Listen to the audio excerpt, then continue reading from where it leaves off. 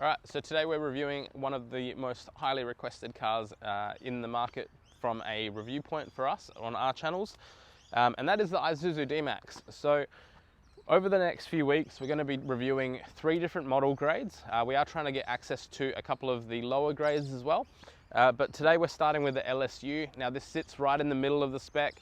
You then can go up to an LS-U Plus and the X-Train, so they're the next 2 that we'll be doing. But what we're going to be doing is we're going to be doing some pretty extensive testing. So we're going to be doing some long road trips. Each car that we receive from the manufacturer is going to have a different amount of Ks on it. So this one here was almost brand new. It had 400 kilometers on it. So we clocked about 1,500 to 2,000 Ks over the weekend, just to see what it drives like. Obviously, you know, being that it had no weight in the back for the trip that we did, it was going to ride a little bit rougher than if you had a bit of weight in there, but we'll talk about that later. And to show you what kind of value you're going to get between the range. So rather than start at the top model and then let you kind of decide whether it's the car for you, we want to cover as many of the models as possible, to obviously give you as much of an indication on whether it's, you know, a car that should be considered by you or maybe one that isn't quite for you. This is the most popular model in the range. You start with daytime running lights on the outer edge of the headlight unit, as well as a bi-LED headlight system for any of the crew cab models. Fog lights and indicators down the bottom. From a bumper perspective, it's pretty straightforward. It's polarizing and bold, which is a good thing. The previous model was a little bit dated in design, so definitely nice to see this aggressive front end. And with a lot of the bull bars that are on the market as well, including the genuine options, it retains that tough stance when you do modify it from that side of it. So you're definitely going to be happy there.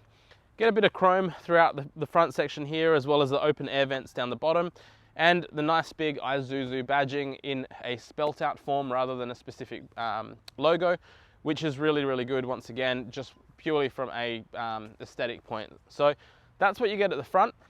On the windscreen, you do have a camera system that does all of your safety features. So one of the things we've been really impressed with is, regardless of which model in the crew cab 4x4 range you're going for, you're going to end up with all the safety features that will keep your family safe. So core things like lane departure alert and lane departure assist, they're standard. You're going to have active cruise control, which will adjust to the car that you're following in front. So as it slows down, your cruise control setting will slow down to match that, and then obviously speed back up once the car starts accelerating again. You're going to have autonomous emergency braking and brake warning assist as well as your reverse camera as standard on this particular car. Blind spot monitoring is standard, and a host of other features as well when it comes to safety, and obviously your traditional ones like ABS brakes. Now, one of the things that made this trip really, really comfortable was actually that active cruise control. So on the long highway stretches, we were able to put it into, you know, the 110 or the 100, depending on which part of the country we were in, because we crossed from Queensland to New South Wales, and their speed limits are a little bit more generous than New South Wales. So once we crossed over the border, it made it really, really simple on those longer stretches. So you were able to get the speed that you needed, but also as things slowed down, you didn't have to really think too much on that from an acceleration point. It didn't affect any of the attention that we had on it. It just made it a little bit easier than constantly being on that throttle or constantly turning cruise control on and off. So made it really, really handy. One of the things that I'll point out, and we'll show you in a video close-up, is the wipers. So they have a different system in it. So rather than squirting water from the front part of the windscreen under the bonnet usually, or on the bonnet onto the windscreen, they actually have the water jet system in the actual wiper arm. Now, it was probably the one thing that we need to critique on this. So it wasn't really as effective in clearing that windscreen, or in you know, kind of getting those bugs off the windscreen as, say, some of the other models that managed to put water on a more spread surface. So that's probably the only criticism we have when it comes to the exterior of the car. So I think they've done a really good job at that. But let's show you a little bit more about the car, so come round.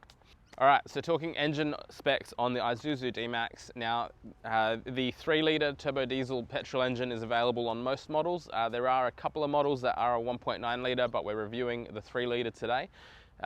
It is good for 140 kilowatts of power and 450 Newton meters of torque. Fuel consumption, 8 litres per 100 Ks is the combined rating. Now, we've done about 1,500 to 2,000 Ks this weekend gone in this particular car to do this review. We've done a mixture of highway and metro, and look, we've averaged anywhere from 9.5 to 10.5 litres per 100, which we think is really good. Bearing in mind that this engine and the car is only 400 kilometers old when we started, obviously, the trip. So it's a brand new engine, it hasn't been run in yet, and from personal experience, having owned a different brand, but a 4-litre turbo diesel, once I hit about 10,000 Ks, the fuel consumption started to improve, and then obviously as you got more and more Ks, your fuel consumption dropped even more. So I wouldn't be surprised if once you get some Ks on this car that you get very close to that 8 litre per 100 mark. Part of that is the tyre choice on this particular model is the highway terrain tyres in an 18-inch rather than an all-terrain. So that will obviously allow for better fuel consumption. And given that this particular car is probably going to be running around town either in fleets or on trade vehicles, it was probably a wise tyre choice, both from a cost perspective and just an overall comfort and fuel consumption perspective. Obviously, if someone's going to upgrade their tyres, they're going to change them even if they were all-terrains as well, so it definitely gives you a good advantage there. And the DPD system is a little bit more reliable than traditional DPF systems used in other brands, and this is a light truck engine, so you have plenty of longevity out of this engine, and D-Max is definitely renowned for its engine reliability as well. Ground clearance on the D-Max is pretty generous, so any of the 4x4 crew cab models will have a ground clearance of 240 mil. Now the way that Isuzu actually measures that is from the lowest point on the actual car rather than from the floor pan, which is how some other manufacturers do measure it. So you're always getting the lowest point that something could accidentally clip onto, so that's really good. If you then plan to raise it and put a 2-inch lift or anything like that, you definitely have room for that. And obviously we'll give it a tougher stance. The wheel design and choice. So 18-inch alloy wheels as standard. They are a highway tyre rather than a all-terrain or a mud terrain. So from that choice, it will give you excellent fuel consumption and comfort and a cost-effective tyre for day-to-day running. It will also keep the noise down on those longer highway stretches. The one thing is obviously if you're going to upgrade your tyres to an all-terrain or a mud terrain, you know, you're probably going to choose your own. You probably have a brand that you favour over another. So I don't think it's actually a bad thing that Isuzu has just put a highway terrain tyre on. This will appease most people that are using this as a trade vehicle and running around town, or even a family, kind of car where you can get away on the weekend while still having good fuel consumption and comfort during the week. In my opinion as well, they could have designed the alloy wheel a little bit nicer or a little bit more aggressive to match the rest of the body. It has more of a dated look and feel to it, so that's probably the only commentary that I'll make when it comes to that. And outside of that, the side steps are standard on the LS-U model. They are backed with alloy on the underside and obviously plastic edging and capping, so that's probably the only thing there. Right, so you're probably wondering why Isuzu has chosen to retain this rear bumper on all the cab chassis models. Now that's simply just put down to some of the safety tech that actually sits inside it. So the blind spot monitoring unit actually sits directly in the inside of this rear step, and that's part of why it's been designed this way. The good thing is, because of the way that Isuzu has actually designed this to be on here, it's a little bit more subtle and discreet compared to other vehicles on the market where usually it's retained a little bit further back or just in a really awkward spot. And obviously being unpainted and just black, it blends in a little bit more. One other thing that it is handy for as well is obviously if you're going to have someone that crashes into the back of your car, it will prevent them from going as far under in the rear. So it adds that little bit of additional protection for both you and any car behind you. Talking about the suspension system, it is a heavy-duty leaf spring system in the rear. Leaf springs obviously are designed to carry weight a lot better than coils when it comes to utes, although some utes on the market do have coil springs and do an okay job at carrying load. Isuzu has chosen to retain a leaf spring design, and we don't think that's a bad thing at all. So obviously on our trip, we didn't have as much weight in the tray. That did affect the ride comfort. It was a little bit bumpier, it was a little bit lighter in the back end, as you'd expect. But if you were using it as a day-to-day trade vehicle, or you were loading it up to go on adventures with your family, you definitely put a bit of weight into the back, which would smoothen out that ride. With the car itself, it's good for just over 1,100 kilos that you can chuck into the tray and be okay with your payload. Your overall towing capacity is 3.5 tonne, and your GVM is 3 tonne as well. From a tray design point, we won't cover that because you're going to use your own tray. You're going to go through a number of different options based on what your preferences are there. So we'll let you decide what kind of tray you'd go. If you have an idea on how you're going to build your D-Max, or you've built one already, let us know in the comments what tray you chose, or what tray body, or what overall back-end design. Genuinely curious to see how people are kitting up their D-Max. Okay, so with this interior, it has been trimmed to be a really nice place to be if you want to be a tradie, or you want to just, you know, have it as a nice family car. So it doesn't really matter how you're using the car. It's been kitted out to be really, really nice inside. You do have some harder plastics. Obviously, they're going to be better wearing for the purposes of what this Ute's designed for.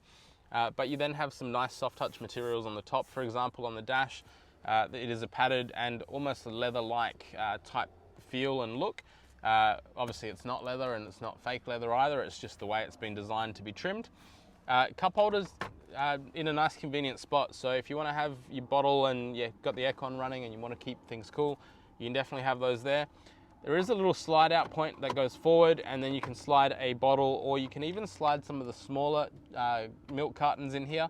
Bigger milk cartons definitely won't fit like some of the other compartments that you can put them in, but definitely gives you a little bit of versatility there. Or if you want to have anything else particular stored there, coffee cups, whatever it might be.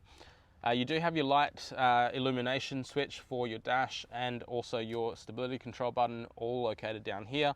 Obviously your fuses and all the other controls all located down there.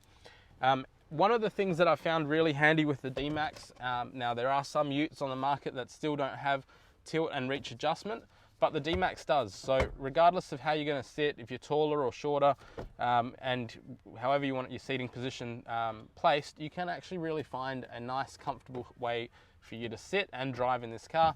Particularly if you're going to be doing some of these longer road trips with this car, it is a comfortable place to be on long drives. And a lot can be said about some of the other Utes on the market where I actually have felt a little bit uncomfortable after 2 or 3 hours in the car. So this is a place where you could spend all day, every day touring on the highway, or just going to job sites, or just running to work, or dropping kids off at school. However you're going to use it, you'll be comfortable. Grab handles in here, not only to get in and out, but if you're off-road and you need a little bit more stability, you have grab handles above the driver's head and on every other position, all standard. Nice digital display in the center with analog displays on the outer two sections. So you will have your speedometer and your tachometer. They're all going to be analog, and your driver information display in the center will be digital. Cruise control buttons on the steering wheel on the right hand side. Outside of that, it's a pretty clean, straightforward design. You're going to have as much as you need through here, where you're not going to really be too confused and too cluttered with too many controls on the steering wheel as well. Auto high beam and auto headlights are standard. One of the things that I didn't like with the high beam is it doesn't really change too much of the distance that you're going to see compared to the standard LED lights. Now that could either be that the standard LED lights provide really, really good coverage, which they do. But when you need a little bit of extra distance with your high beams, you know, they didn't really provide too much of additional field of view. So that was one thing that it was lacking. And the other thing as well, it was a little bit different to activate the auto high beam and deactivate it compared to other brands. All right, so with the infotainment system, it is a 9-inch color display. It is touchscreen, and it houses Apple CarPlay and Android Auto. It's pretty responsive, which is really handy and really good to see. Obviously has all your maps and podcasts and everything else that you could want in between. But if you also want to go and use the built-in maps, you can. So in areas of low reception, you have your maps built in as standard, as well as obviously a host of other controls through here if you needed them to. If you put the car into reverse, which we'll show you in a second, it will come up with a very bright display. There is no guidelines, it's just a standard reverse mode. So it still gives you plenty to see. Dual zone climate control is standard, so a lot of its competitors have single zone climate control, so to avoid any arguments of the person on the left being slightly colder or warmer than you than the person on the right, you can definitely set these to whatever temperature you want. USB port, so I prefer to run my Apple CarPlay with USB, and that is just purely from a audio quality point. You can run it as a wireless CarPlay, however Android Auto is wired. This car does come with what they call a Sky Surround system, so that means that all around you've got a ton of different speakers, including some on in the roof just behind the driver's seats before the rear seats. So it creates a really nice ambience here if you've got the music you know, cranking on a weekend. A little bit of storage compartment at the top here, so you can chuck whatever you need to. Hazard lights at the top, and outside of that your four-wheel drive control system down here. So it is part-time four-wheel drive. It will run on the rear wheels Monday to Friday, and when you want to go off-road you can twist that and that will take it into four-wheel high and four-wheel low. Your rear diff lock is standard as well, so you have that button just here, and you have your downhill assist control as standard. There are a couple of other switch controls blanks here, so that's really handy if you want to upgrade and put any other additional features in here. So if you want to maybe put a radio in, some spotlights, whatever you need, you will have some blank switches just here, which are in a convenient location. There is, however, no blank switches on the left-hand side of the steering wheel, and there are 3 on the right-hand side of the steering wheel. So you've got plenty of switch space for anything that you want to put into it here. Transmission is a pretty standard transmission. It's a 6-speed automatic and it functions exactly how you would expect it to. And bottle holders, you have 2 bottle/cup holders. They are quite deep as well, which will stop things rolling around off-road and on-road. And they do fit some larger bottles and some square bottles. So if you want to put a choc milk carton down here, or you want to have your phone there, that's not an issue there. All right, so moving it into reverse, you're going to have a nice clear display here. It doesn't have the guidelines, but it does have plenty of real estate for you to see visibly clearly at night and during the day what's behind you. The good thing is as well, if you have a tow bar fitted, it will show you where the tow bar is, so you know really exactly where you can kind of reverse up to without bumping into things. All right, so sitting in the back, plenty of space for day-to-day driving. If you're going to have baby seats in the back, it probably will be a little bit cramped, so just make sure you put your baby seats in the back. Test them out when you're looking to purchase a vehicle. This isn't a unique problem to Isuzu, it's actually just a general consideration that you need to make when purchasing any dual cab ute, unless you're going for something big and American. You're definitely going to have a little bit more limited space in the rear for certain baby seats. If your kids are a little bit older and they're just sitting in booster seats, you're going to have no issues. So legroom, plentiful behind here, so the front seat's positioned to where I would be sitting. I'm 5'10". It's been pushed back a little bit further than that just to make sure that I'm getting a fair comparison. So the only thing I would comment is if you are a little bit taller and you have taller kids in the back, just make sure that they fit.